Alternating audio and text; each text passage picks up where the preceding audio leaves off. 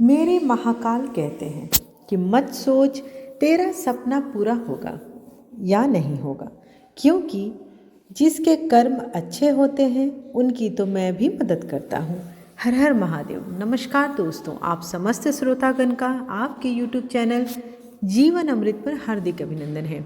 आज की वीडियो में आप रसपान करेंगे शिव महापुराण कथा की 28वां अध्याय। इसके पहले की कथा का श्रवण करने के लिए आप सबका बहुत बहुत धन्यवाद। आप सबसे अनुरोध है कि कथा का श्रवण हमेशा संपूर्ण करें ताकि इससे आपको कोई लाभ मिल सके, और दिल से कमेंट बॉक्स में हर हर महादेव लिखकर एक सकारात्मक ऊर्जा का आदान प्रदान अवश्य करें। भगवान शिव का ध्यान करते हुए आज की वीडियो का आरंभ करती हूँ। हर हर महादेव।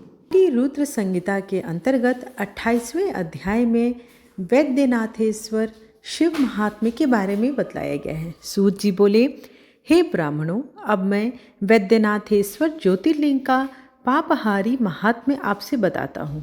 एक बार लंकापति रावण ने भगवान शिव को प्रसन्न करने के लिए उनकी भक्ति भावना से आराधना की थी। रावण ने कैलाश पर्वत पर शिव जी की बहुत तपस्या की, परंतु भगवान शिव प्रसन्न नहीं हुए। तब रावण पास में स्थित वन में चला गया और वहाँ एक बड़ा सा गड्ढा खोदकर उसमें अग्नि प्रज्वलित की।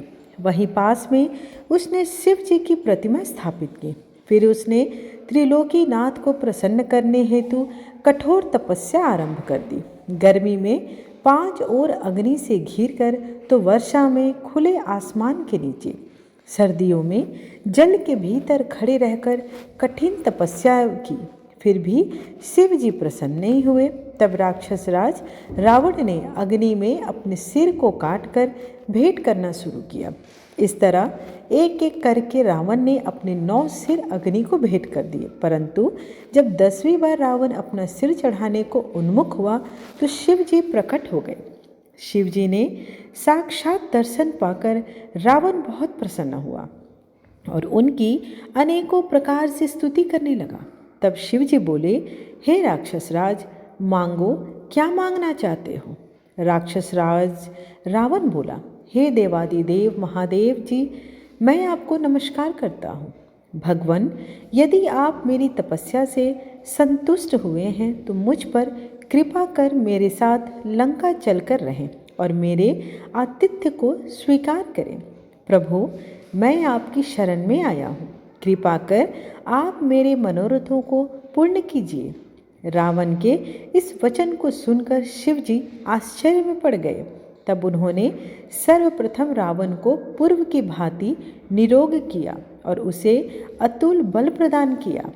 तत्पश्चात उन्होंने रावण को अपना ज्योतिर्मय लिंग प्रदान किया और कहा कि मैं इस शिवलिंग में ज्योतिर्मय रूप में स्थित हूँ, इसलिए तुम इसे अपने स्थान पर ले जाओ।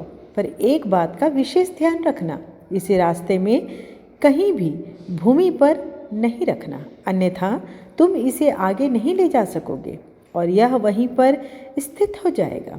तब भगवान शिव का आशीर्वाद एवं शिवलिंग लेकर राक्षस राज रावण वहाँ से अपने घर लंका की ओर चल दिया। रास्ते में शिव जी की माया से रावण को लघुशंका की इच्छा हुई और वह शिवलिंग एक ग्वाले को पकड़ाकर चला गया। ग्वाले ने थोड़ी देर तक तो वह शिवलिंग पकड़े रखा, परंतु अधिक भारी होने के कारण उसने लिंग को जमीन पर रख दिया। फिर तो वह शिवलिंग वहीं पर स्थापित हो गया। यह संसार में वैद्यनाथेश्वर के नाम से प्रसिद्ध हो गया। इसके दर्शनों से भी अभीष्ट कार्यों की सिद्धि होती है और पापों का भी नाश होता है। यह सत्पुरुषों को भोग और मोक्ष प्रदान करने वाला है। जब रावण को वापस आने पर यह ज्ञात हुआ कि शिवलिंग वहीं स्थित हो गया है, तो वह दर्शन के पश्चात लंका लौट गया। लंका पहुंचकर रावण ने शिव जी से वर प्राप्ति की सभी बातें अपनी प्रिया मंदोदरी को बताई। उधर जब देवताओं को ज्ञात हुआ कि भगवान शिव के ज्योतिर्लिंग की स्थापना हो गई है, तब सभी भगवान के समक्ष गए और सभी देवगण उन पर पुष्पों की वर्षात किए। सबने वहां आकर विधिवत शिवलिंग के दर्शन और पूजन किए, परंतु रावण ने वरदान प्राप्ति के विषय में सुनकर देवता घबरा उठे। तब उन्होंने देव ऋषि नारद को लंकापति के पास भेजा और नारद जी रावण के पास गए और बोले, हे राक्षस राज, आपको भगवान शिव ने बलशाली होने का वर प्रदान किया है, परंतु आपने अपने बल की परीक्षा तो की ही नहीं। इसलिए आपको कैलाश पर्वत को ही हिलाकर अपने बल व पराक्रम की परीक्षा करनी चाहिए। तब रावण कैलाश पर्वत के निकट पहुंचकर उसे उखाड़ने की कोशिश करने लगा, जिससे कैलाश पर्वत हिलने लगा। यह देखकर शिव जी बोले कि यह पर्वत क्यों हिल रहा है। तब देवी पार्वती व्यंग्य करते हुए बोली, हे देव, आपके शिष्य अपने गुरु की सेवा कर रहे हैं। यह जानकर कि राक्षस राज रावण कैलाश पर्वत को हिला रहा है, महादेव जी को क्रोध आ गया। वे रावण को श्राप देते हुए कहे, हे दुर्बुद्धि रावण, तू बल पाकर घमंडी हो गया है और मेरे ही निवास स्थान पर अपने बल का प्रयोग कर रहा है। मैं तुझे श्राप देता हूँ कि तेरा घमंड नष्ट हो जाएगा और तेरी इन भुजाओं को काटने वाला पुरुष शीघ्र ही प्रकट होगा। यह सुनकर रावण को कोई दुख नहीं हुआ और वह प्रसन्न मन में लंका लौट गया। उसने मन ही मन त्रिलोक को अपने वश में करने की प्रतिज्ञा कर ली। मैंने आपको वैद्यनाथेश्वर नामक शिवलिंग का महात्म्य सुनाया, जो कि मनुष्य के समस्त पापों का नाश करने वाला तथा शिवलोक की प्राप्ति कराने वाला है। इस प्रकार से शिव महापुराण कथा का 28वां अध्याय यहीं पर समाप्त हुआ।